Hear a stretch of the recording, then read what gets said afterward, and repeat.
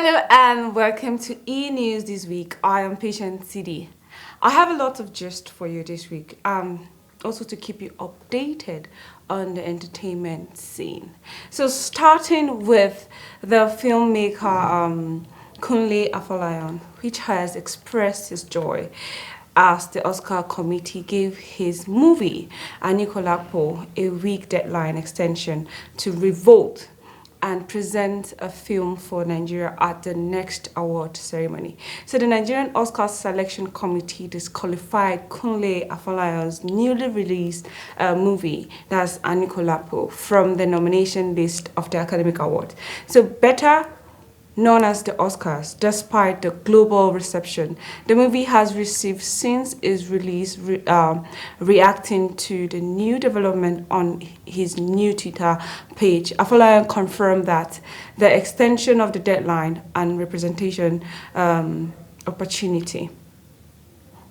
So Afolayan has enjoyed his life. This is a very good opportunity for him to go back to the Oscar nomination. I think it's really interesting because I've watched the movie. The movie is really nice. I've seen where creativity and hard work has been put in place. Afolayan, for them to actually call him back, the movie deserved it, and kudos to Kunle. So next on my list, I have the Ebony Live production firm, which said the film has its limited Nigerian cinema run from October 28th to November 4th. So based on the real life events in Nigeria, that's in 1943, Alison Oba will feature in various cinemas, including Ebony Live, Film House, Genesis and Viva in Lagos, Ibadan, Abuja, and Akure, among other cities set in the Oyo Empire. So between sunset and sunrise, the film tells the story of a king's horseman, Alison Oba, who must commit ritual suicide to follow his deceased master into the afterlife.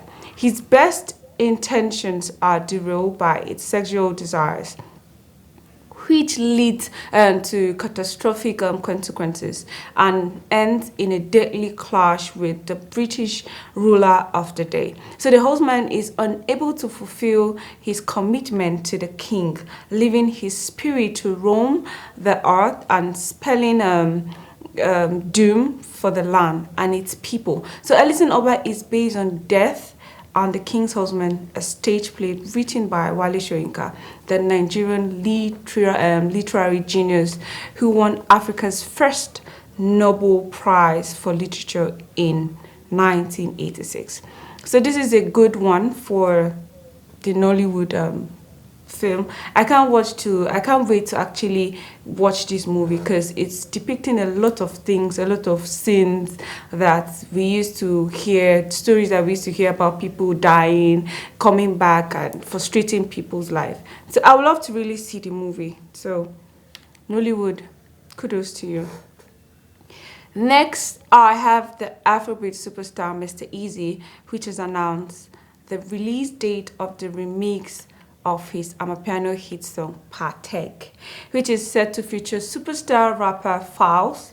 Mr. Easy made the announcement via his Twitter page, stating that the remix will be out on Friday, October 21st. So recall that the first version of Patek featured Ghanaian singer Joey B and Mozambique producer DJ Tarico. Okay, the Amapiano banger endeared greatly to music fans in Africa, and the remix will surely take the song to a new height. So the Banku Krona is also set to release his next album. He has won a plethora of awards, including multiple Grammy certifications, since he broke into the music scene in 2015. Mr. Easy is one artist in Nigeria that has been doing a lot. That anytime he drops or he releases a song, you find it very interesting. It's the music, the sound, the lyrics, everything is just nice. I could remember on the street of social media where I saw some women in the market dancing to the song. But they're even doing some kind of dance that I need to learn how to do that dance because it's really nice. So the Amapiano sound of it, it's actually one thing that has taken my mind. It's so sweet. Is the sound? It's really nice. So kudos to the about to, what will I say? Kudos to the billionaire's in-law. So next on my list, I have the South Korean artist and reality television star Ken 84 in debuting his work in Britain. He's this week showing his pop art pieces as part of the Start Art Fair in London. So the 39-year-old who found fame as a webtoon artist, and through his TV show I Live Alone is presenting his painting alongside other South Korean names events which showcase contemporary works from around the world. Let's check this out. Korean artist Ken 84 debuted his work in Britain. The 39-year-old found fame as a webtoon artist and later became a television personality on the show I Live Alone. 그냥 나를 보는 건지 그림을 보는 건지 좀 헷갈렸는데 오히려 이번에는 영국 분들은 날 모를 테니까 이 그림이 좀 어떻게 비춰질까 그냥 그게 궁금해요. 그 반응이. His pop art pieces are part of the Start Art Fair in London, which showcases contemporary works from around the world. 만화를 그리면서 그러니까 제가 이제 보고 느낀 것들을 연재를 해서 이제 그래서 한국에서 인기를 많이 얻었던 것 같아요. 그리고 지금은 이제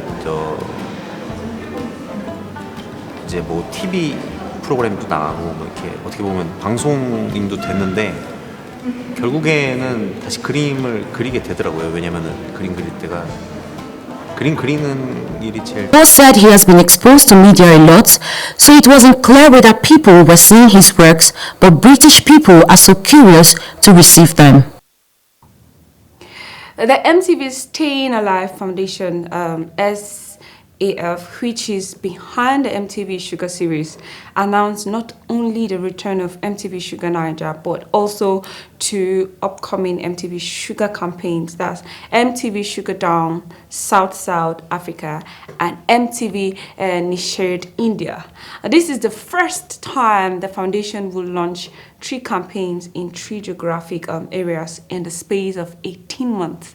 It is also the first time it will broaden its message beyond HIV and reproductive health. So MTV Sugar is a social impact movement centered around a multi-award winning television drama series based on formative research. The storylining or the storytelling reflect the lives of the youth. The series seeks to engage and highlight behavioral choices towards youth empowerment. In addition to the television drama series, the campaign includes a graphic novel, a radio drama, social media, digital media, and a peer education program designed for delivery in schools, community centers, and other safe spaces.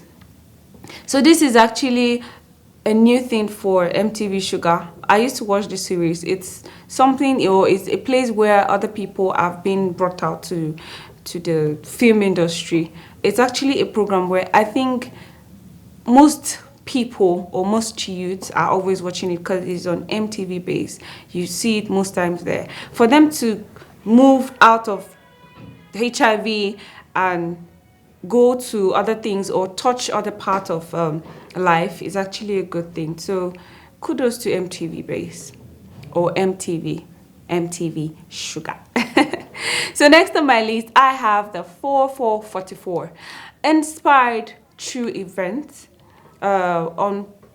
inspired true events, war production period pieces. 4444 is set for a global release on Prime Video.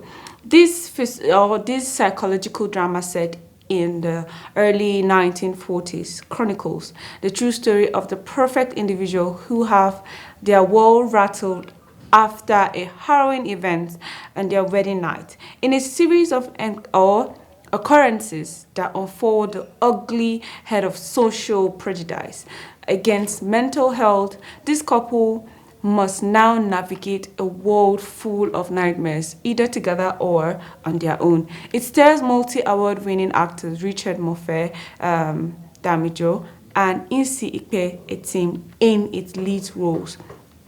So 4444 will be available to Prime Video subscribers globally from October or November 1st.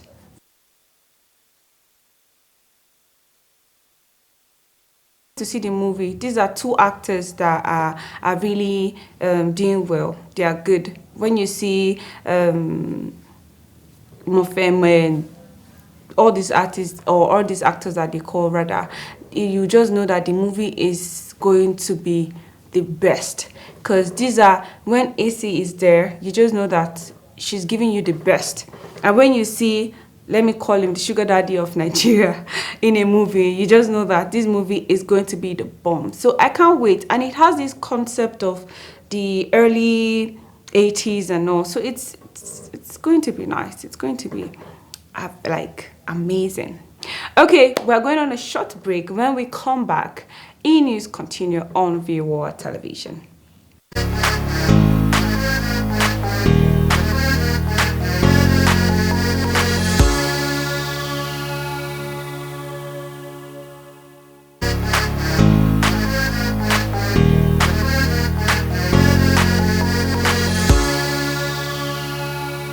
Pararam pra reparar, estão ouvindo esse som, pulsando seco no ar, merece nossa atenção.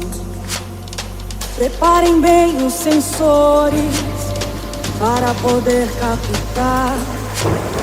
Parem usinas, motores.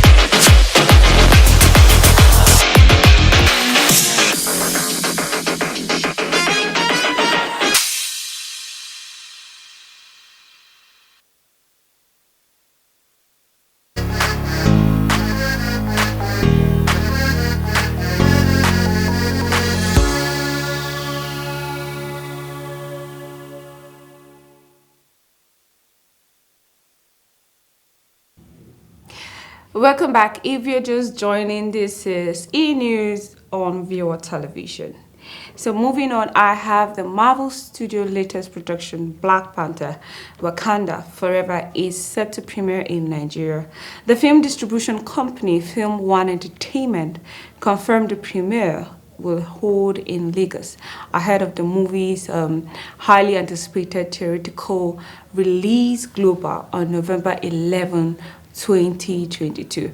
So the Walt Disney Company, in association with Africa International Film Festival and Film One Entertainment, has officially announced today that Nigeria will host the official African premiere of Marvel Studios, that's Black Panther Wakanda Forever.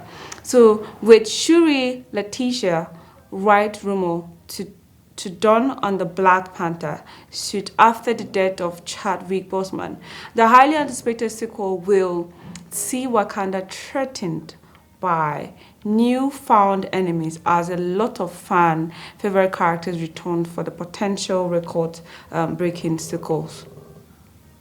This is going to be loud for them to bring the premiere in Nigeria. I can't wait to see all the celebrities, what they wear, all the costumes, everything. I just feel it's going to be one of the biggest, because Black Panther is one movie that is taking Africa all around, and also we can't wait to see the premiere in Nigeria. So moving on, I have the film balls in Gaza Strip, who for decades have been deprived of going to the movies due to the destruction of cinemas during bouts of unrest in the enclave. They're actually enjoying a rare chance to see a slate of films on the big screen. The cinema once flourished in Gaza, with audience flocking to see Arab, Western and Asian films, but the movie houses were touched in the first Intifada in the 1987, and then burned down again in 1996 during another wave of internal violence. Let's take a look. Film Gaza Film Festival. Gazan film buffs enjoy a rare chance to watch films on the big screen at the Red Carpet Human Rights Film Festival. The festival is showing around 40 films about the region's decades of unrest and human rights issues around the world. نشتغل على محورين أساسيين، المحور الأساسي الأول هو دعم صناعة السينما الفلسطينية والدعوة لإعادة افتتاح دور العرض السينمائي بغزة، وكمان الدفاع عن قضايا حقوق الإنسان اللي هي القضايا اللي بتخص شعبنا وناسنا في الضفة الغربية والأراضي الفلسطينية كلياتها. All the films had to be reviewed ahead of screening by local authorities in Gaza, which has been controlled by the militant Hamas group since 2007. أنا قطعت تذكرة وقفت طابور لأشتري تذكرة سينمائية خارج غزة، بتمنى إنه أكرر هاي التجربة جوات قطاع غزة، وإني أنا أقدر بإحدى المرات آخذ عائلتي الصغيرة ونروح بشكل جماعي لنحضر فيلم سينمائي، وأنا لازم أثني على هذا الجهد اللي صار اليوم لافتتاح هذا المهرجان الكبير، لأنه بيعزز هاي الأنشطة الثقافية والسينمائية. Film buffs in the Gaza Strip, who for decades have been deprived of going to the movies due to the destruction of cinemas during bouts of unrest in the enclaves, are enjoying a rare chance to see a slate of film on the big screen. But for some, the festival will be all about the simple pleasure of going to the cinema and watching a movie with loved ones.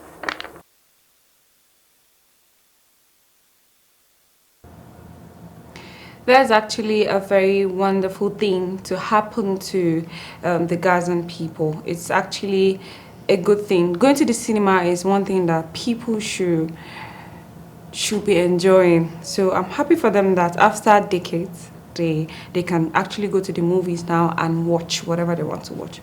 So I have the MGM released the first 2 official posters for the upcoming Creed sequel, which also serves at the ninth installment of the Rocky franchise. So the new promotional images of the characters are Denise, Creed, Jordan, and Anderson Dane. Major shows the 2 boxers angle in a boxing ring, flexing their muscles and game faces. Majors join in the franchise as a new character, and Jordan will serve as the film director for the first time. With the film's plot details still kept on the wraps, Creed 3 is expected to follow up the last film storyline. Antagonist Ivan Drago with guidance and training from a retired Rocky Balboa. The second installment of the franchise served as Stallone's final performance. And we have the Black Adam is rated PG-13 for sequences of strong violence, intense action, and some language. But it turns out that the first several cuts of the film were even more violent. So originally earned an R rating, and it took 4 rounds of court for the MPAs to agree to lower the rating to the team's desire, that's PG-13. The crew always knew it wanted Black Adam to push the limits of PG-13 violence, considering the little character's comic book roots. So according to the producer, the original cut of the film had Dwayne Johnson's little character violently killing up to 10 different people. The production scale from number that's from 10 down to around 5 to secure a PG-13 rating. Next on my list, I have Netflix. Netflix is actually an American subscription streaming services and production firm that has said it will begin assessing cost for passport sharing in the early 2023 period. So according to the Hypebeast, Netflix confirmed the information during its most recent quarterly earnings conference, stating that users will be charged extra if they share their account password with people who do not live in the same house. When it confirmed the proposal, the corporation omitted the mention of cost of these new levies. However, this approach is already being tried in a few Latin American nations and levies a few for each additional members equally to around 1/4 of the cost of a regular Netflix membership. It has also started to crack down on password sharing, first in Chile, then in Colombia, then Ecuador and Peru. This is actually going to affect a lot of people. I know a lot of people that I've shared password with. I know a lot of people that you just call them, they have Netflix and they're not even using. They just give you the password. But if they are going to ask other people to pay, this is actually going to be a problem because some people will not want to join. Some people just want to just enjoy the free password and all sharing. So we have the lawyers for George Floyd's daughter, that's Gianna, who have written Ye, formerly known as Kanye West, a cease and desist letter in response to comment he made suggesting Floyd was killed by a fentanyl overdose. In spite of a medical examine's evidence that fentanyl was not the primary cause of Floyd's death, but rather a contributing factor when he passed out after being knee by a police officer. West claimed George Floyd was killed by a fentanyl overdose on a podcast, Drink Charms.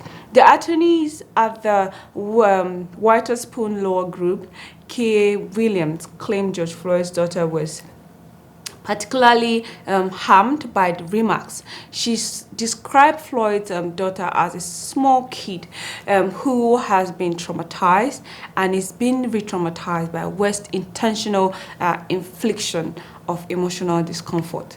So I just feel that there are some things that we just don't have to say because this has to do with people. People are involved in this. If somebody, I think we should just allow the dead to rest or something because it's this girl, if she grew up and she's just seen something that her father is died or cause of his death is a fentanyl overdose, it's actually going to be like, oh, did they lie to me or something? But sometimes we just need to allow the sleeping dogs lies, not to just talk about some things because we can't talk. So it's not actually good to just say things when others are involved. Okay, that's all for this week's e-news. I am Patient CD, and please enjoy the rest of our programs.